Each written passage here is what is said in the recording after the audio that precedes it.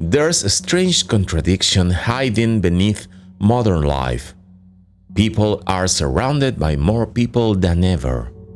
More conversations, more interactions, more participation, more contact, more visibility, more opportunities to connect, at least superficially.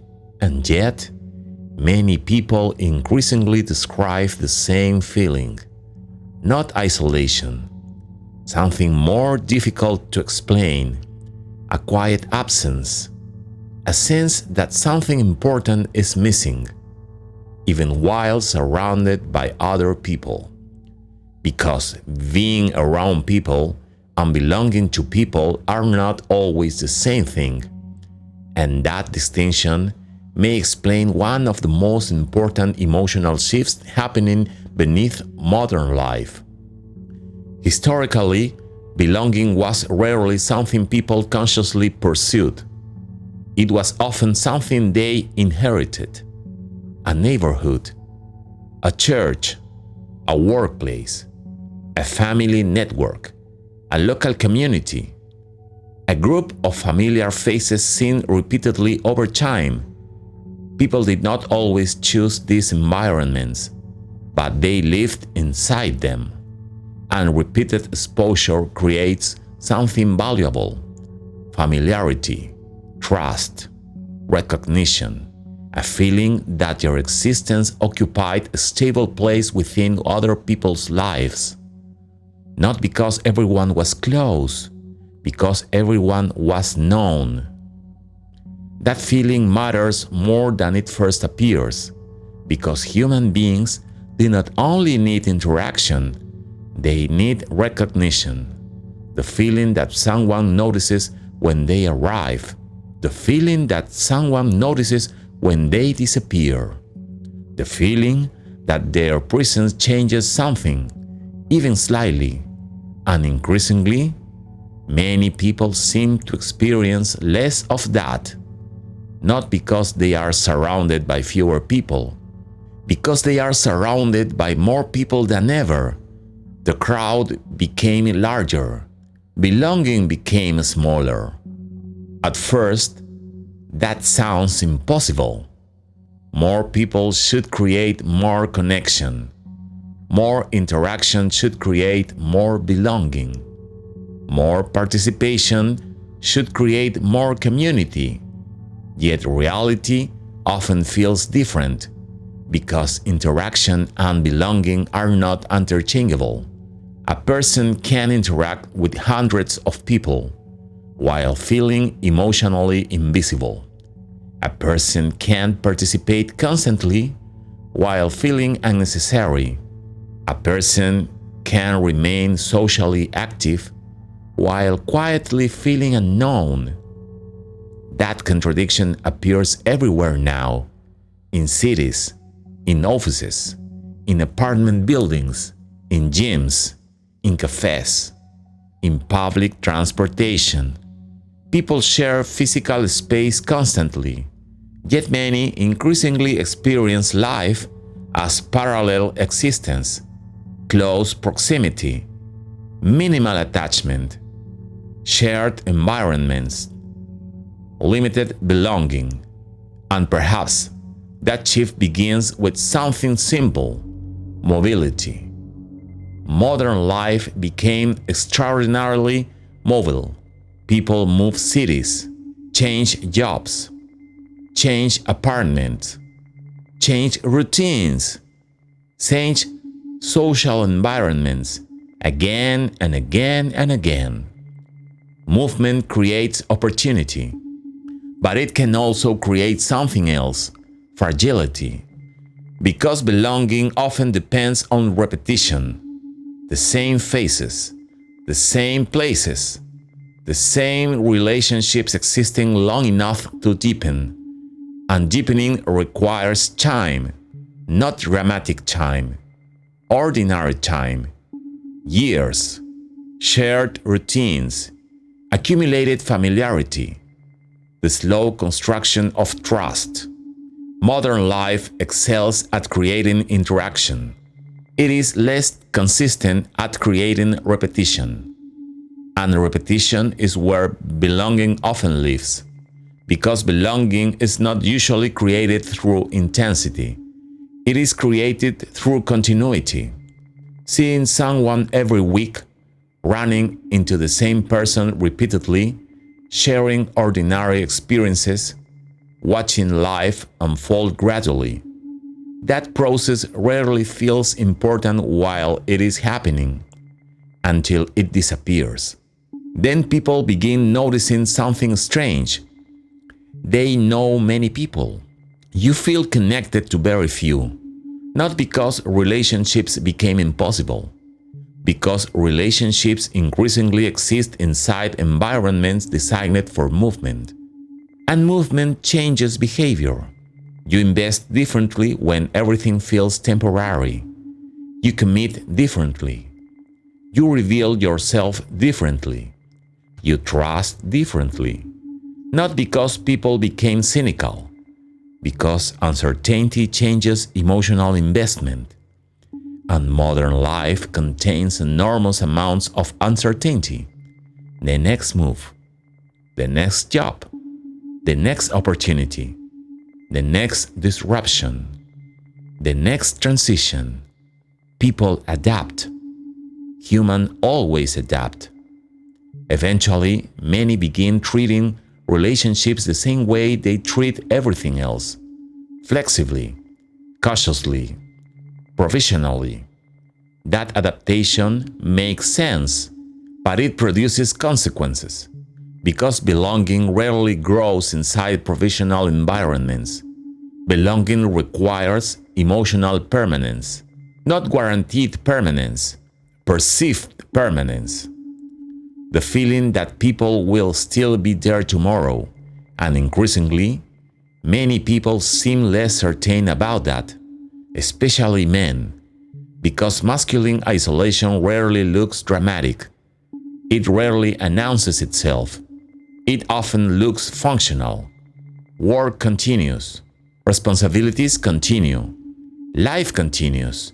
From the outside, everything appears normal. Meanwhile, many men quietly experience a different reality. Fewer close friendships. Fewer emotionally honest conversations. Fewer relationships that feel genuinely reciprocal. Not complete loneliness. Something subtler. Social participation without emotional belonging. That distinction matters, because loneliness is often imagined as physical isolation, but many people experience loneliness in crowded rooms, at parties, at work, inside relationships, inside communities, surrounded by interaction, missing connection. And perhaps that is why belonging feels increasingly valuable, because scarcity changes perception. People do not simply desire what is good. They desire what feels rare. And belonging has become surprisingly rare. Not friendship, not communication, belonging. The feeling that people know who you are beyond your function, beyond your role, beyond your usefulness, beyond your performance. The feeling that you do not need to constantly explain yourself, that someone already understands the context, that someone remembers, that someone notices.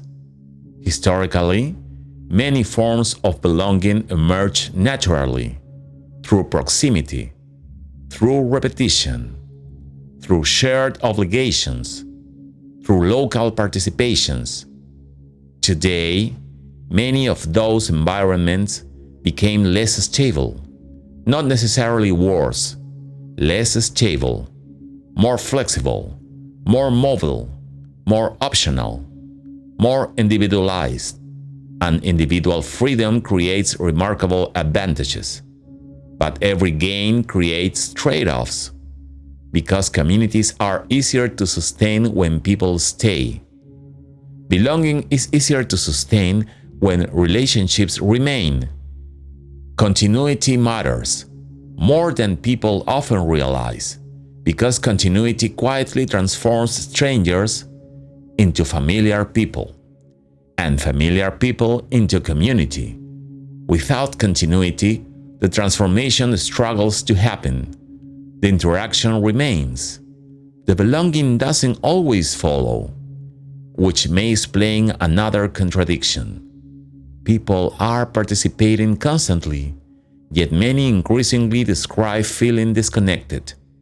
Not disconnected from information, not disconnected from activity, disconnected from significance.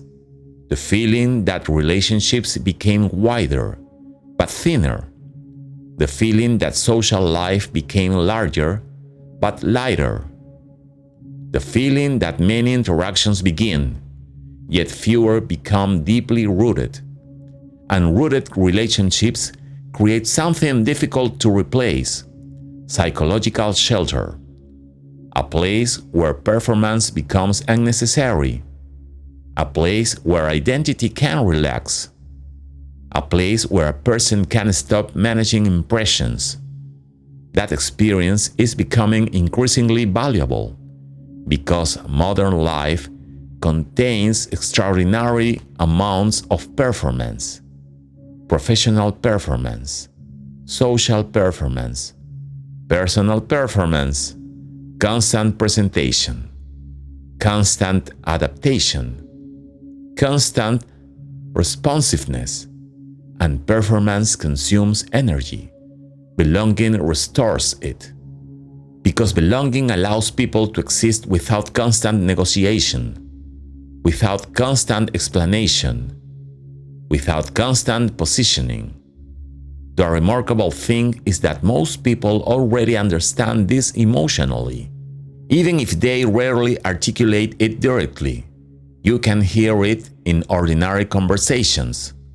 People talk about wanting community, wanting meaningful friendships, wanting people they can call, wanting relationships that feel real, not because they suddenly became sentimental, because something feels scarce, and scarcity reveals value.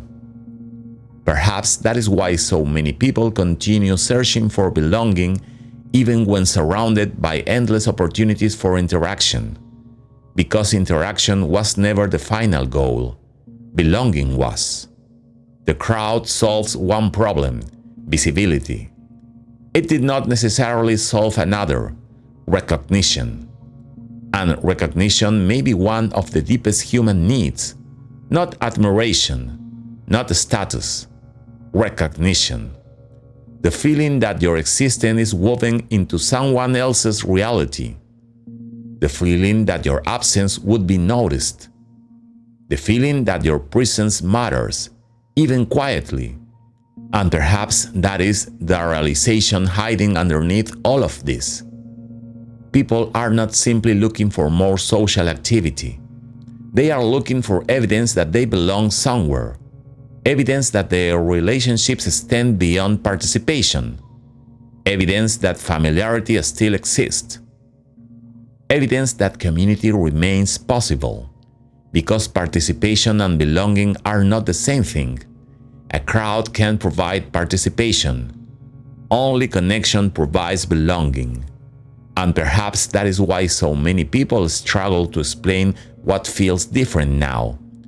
The world became more connected, more accessible, more interactive, more populated. The crowd became larger, but for many people, belonging became smaller. And once you notice that pattern, certain things become difficult to unsee. People are surrounded by more people than ever, and yet many quietly miss something that once happened naturally. Not constant companionship, not endless socializing, something simpler: the feeling that they existed inside a community, instead of merely passing through a crowd.